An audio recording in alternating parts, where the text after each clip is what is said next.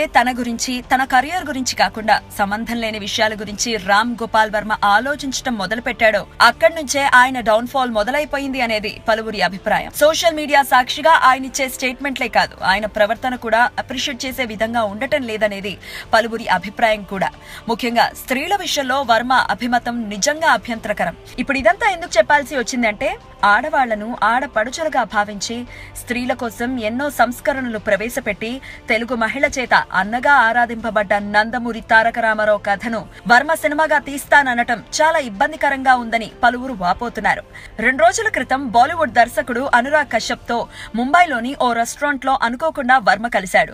మందు తిక్కలో చేశారో ఎందుకు చేశారో తెలియదు గాని ఇద్దరు ముద్దులు పెట్టుకుంటూ సెల్ఫీలకు పోజులిచ్చారు. ఆ ఫోటోలను ఏకంగా సోషల్ మీడియాలో పోస్ట్ చేస్తూ అనురాగ్ కశ్యప్ ముద్దు చాలా మంది అమ్మాయిల ముద్దుల కంటే రుచిగా ఉంటుంది, అందుకని ఇదేదో శృంగారం అనుకోవద్దు, ఫ్రెండ్స్ కూడా ముద్దులు పెట్టుకోవచ్చు.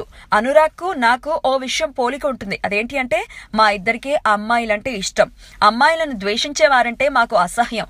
ఒకవేళ మా ఇద్దరి గురించి మీరు తప్పుగా అర్థం చేసుకున్నా పర్వాలేదు, ఎందుకంటే ఎవరేమనుకున్నా మాకొకరంటే ఒకరికి అంతులేని ప్రేమ ఉంది అని కమెంట్ పెట్టాడు.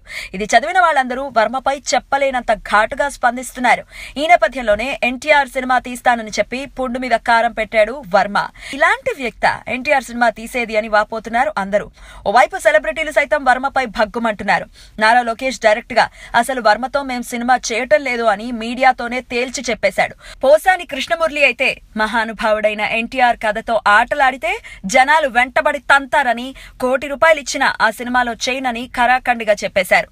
మాఫియా, రక్తపాతాల నేపథ్యంలో సినిమాలు తీసే వర్మ ఎన్టీఆర్ కథ తీయటం పొంతనలేని వ్యవహారమని, ప్రపంచవ్యాప్తంగా అభిమానులున్న అన్న కథతో సినిమా తీయాలంటే దానికి అర్హత ఉండాలని, అసలు స్త్రీలను గౌరవించలేని వర్మ స్త్రీలను అక్క చెల్లెలుగా ఆరాధించి వారితో ఆరాధింపబడ్డ ఎన్టీఆర్ కథను ఎలా తెరకెక్కిస్తాడని లక్ష్మీ పార్వతి దుయ్యబట్టారు.